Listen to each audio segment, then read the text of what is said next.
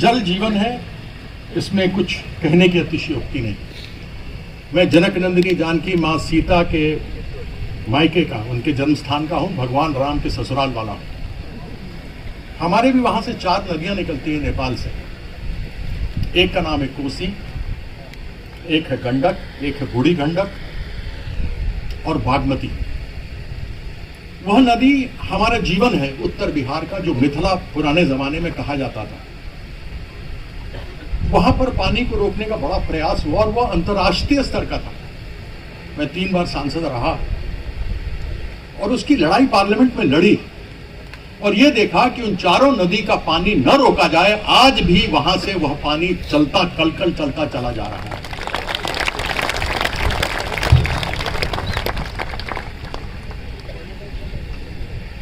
हम सभी गोवा के लोग हैं यहां बैठे हुए, गोवा के पुत्र हैं, पुत्री हैं, जो बड़े हैं, बड़े उम्र के हैं, वह भी पुत्र और पुत्री हैं। जितने लोग गोवा के रहने वाले हैं, they are sons of the soil, daughters of the soil.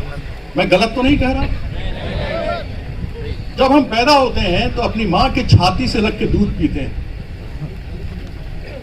और वही सारा जीवन होता है उस बच्चे का। लेकिन जब बड़ा होता है, स्कूल जाता है, कॉलेज जाता है, पढ़ाई लिखाई करता है, उस समय उस बच्चे को मालूम नहीं होता कि वो डॉक्टर बनेगा, इंजीनियर बनेगा, प्रोफेसर बनेगा, राजनीति में जाएगा।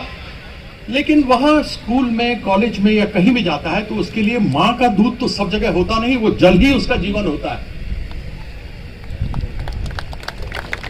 और जब वो जल रोक दिया जाए तो क्या परिस्थिति होगी? आप सोच सकते हैं, अगर महादयी, महादया, महादयनी, आप सोचिए इसका मतलब क्या होता है। मां से बढ़कर होती है। और सनातन धर्म को जो मानने वाले हैं उसमें सूर्य, चंद्रमा, जल, वायु, अग्नि, पृथ्वी, आकाश, यही सब कुछ है। सूर्य धर्म भूल जाएगा, अंधकार में मर जाएंगे। चंद्रमा धर्म भूल जाएगा, ज्वार भाटा आना बंद हो जाएगा। जल अपना धर्म भूल जाएगी, हम प्यासे मर जाएंगे। क्या होगा? समुद्र का खारा पानी अंदर आएगा, सारे खेत सूख जाएंगे। जिस गोवा में हम लोग आते हैं, जिस गोवा के इतने बढ़िया लोग हैं, अच्छे लोग हैं, बाहर से आते हैं, केवल देश से नहीं विदेशों से लोग पर्यटक यहां आते हैं। यहां की नदियों की मछली, जो लोकल मछली, स्थानीय मछली होती है, छोटी वाली, मुझे खाने का बड़ा आनंद आता है। आप सोचिए क्या होगा उस जीवन का। इतने सारे जो नेशनल पार्क हैं उनका क्या होगा? यहां जो आते पर्यटक हैं उनका क्या होगा? तो मैं तो केवल इतना कहना चाहता हूं, जो डॉक्टर है वो डॉक्टर का काम करता है, जो इंजीनियर है वो इंजीनियर बांध बांधने का काम करता है, जो प्रोफेसर है वो पढ़ाता है, जो शिक्षक है वो बच्चों को पढ़ाता है। उसी तरीके से जब हम पैदा होते हैं तो हम कोई राजनीतिक नहीं बनते। और जब हम इस गोवा के रहने वाले हैं तो गोवा के पुत्र पहले हैं और राजनीतिक बाद में हैं।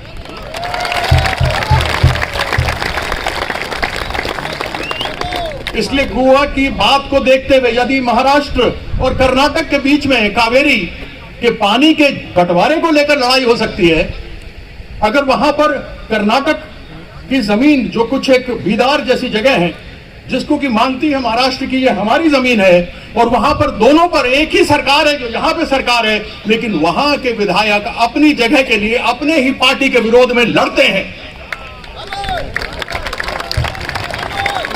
इसलिए मैं आह्वान करूंगा, एक राजनीतिक के रूप में नहीं, एक इस जमीन के, इस गोवा के पुत्र या पुत्री होने के नाते आपको अपने सभी भाई बहन, माता पिता, बच्चों के लिए लड़ाई लड़नी चाहिए, क्योंकि सत्ता सब कुछ नहीं होता। यदि परिवार नहीं होगा तो सत्ता भी नहीं रहेगी। मैं केवल इतनी बात कहना चाहता था।